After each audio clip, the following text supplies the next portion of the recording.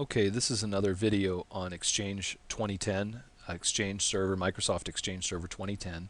This is for my class, and we're learning the basics, just beginners, on learning how to use Microsoft Exchange Server.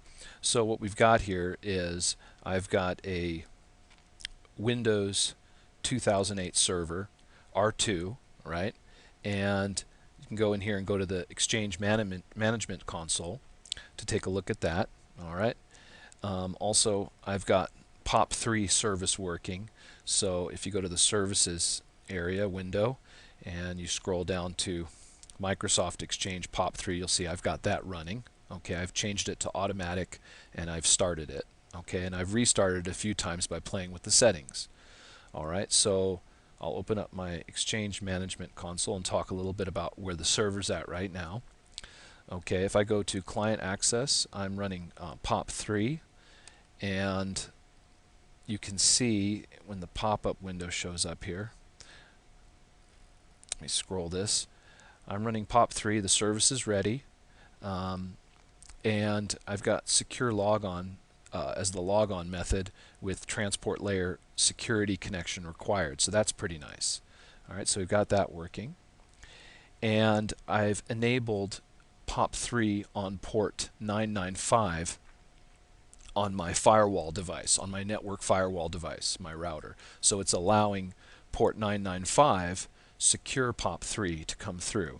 If I open up POP3 once again, you'll see that it's binding or listening on port 110 for regular POP3 and port 995 for secure POP3.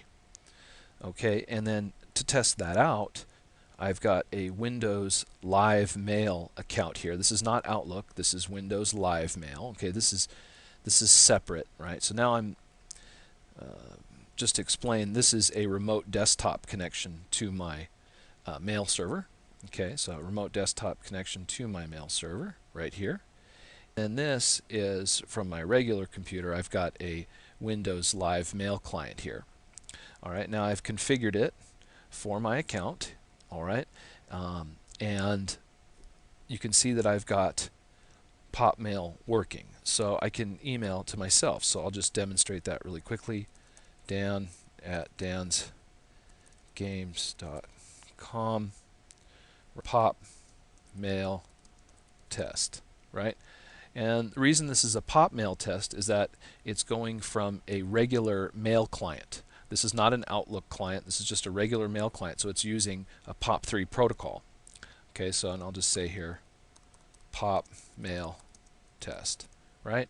And I'll hit send. Okay, and you can hear that it's actually come through.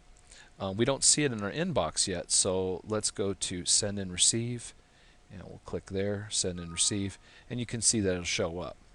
So I can send mail through POP.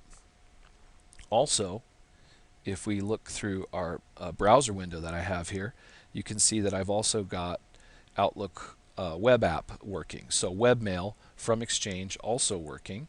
You can see there it is. There's our POP mail test. I've logged in to the Outlook web application here, right? That's pretty nice. And for that, if I go to the server, now I'm in the Exchange server. To set that up, all I had to do was go to Outlook web app and take a look at these settings here. You may need to configure your external client over here to get that working, right?